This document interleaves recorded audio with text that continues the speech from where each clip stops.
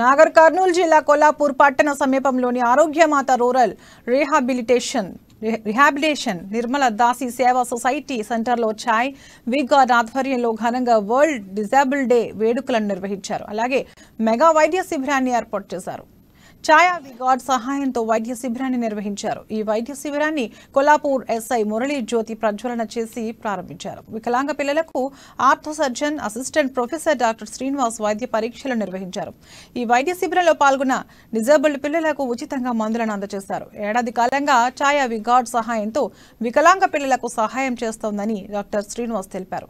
ఈ వైద్య శిబిరంలో 200 మంది డిజేబుల్డ్ పిల్లలు పాల్గొన్నారు.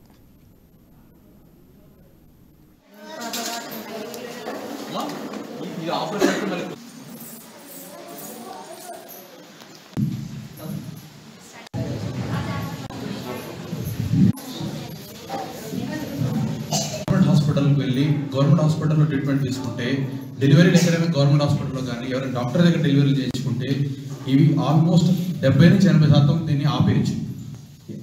80 నుంచి 90% ఈ కారణానికి అయితే వికలాంగులు ఎవరైతే ఉన్నారో వీళ్ళ పిల్లలకి కారణం ఏమవుతుందంటే డెలివరీ అప్పుడు పురిటి సమయంలో ఏమవుతుందంటే అప్పుడు ఆక్సిజన్ సరిగ్గా అందక తలకి సరిగ్గా మెదడుకి సరిగ్గా ఆక్సిజన్ అందక వచ్చే ప్రాబ్లమ్స్ ఇవన్నీ. సో ఇది ఏంటంటే ముందే ఆపడమే కరెక్ట్. దానికి ట్రీట్మెంట్ ఉంది కానీ ట్రీట్మెంట్ ఉన్నా సరే కూడా ప్రివెన్షన్ అనేది కరెక్ట్ చెప్తుంది దీనికైతే. సో ఒకవేళ వికలాంగులు ఇక తప్పదు వికలాంగులు వచ్చారు అనుకున్న తర్వాత కూడా వాళ్ళకి ఏమి కంప్లీట్గా వాళ్ళని డిజేబుల్డ్ అనడానికి లేదు. వాళ్ళు అన్ని పనులు చేసుకోవచ్చు. మనం ఇప్పుడు ట్రీట్మెంట్లు చాలా ట్రీట్మెంట్లు వచ్చాయి.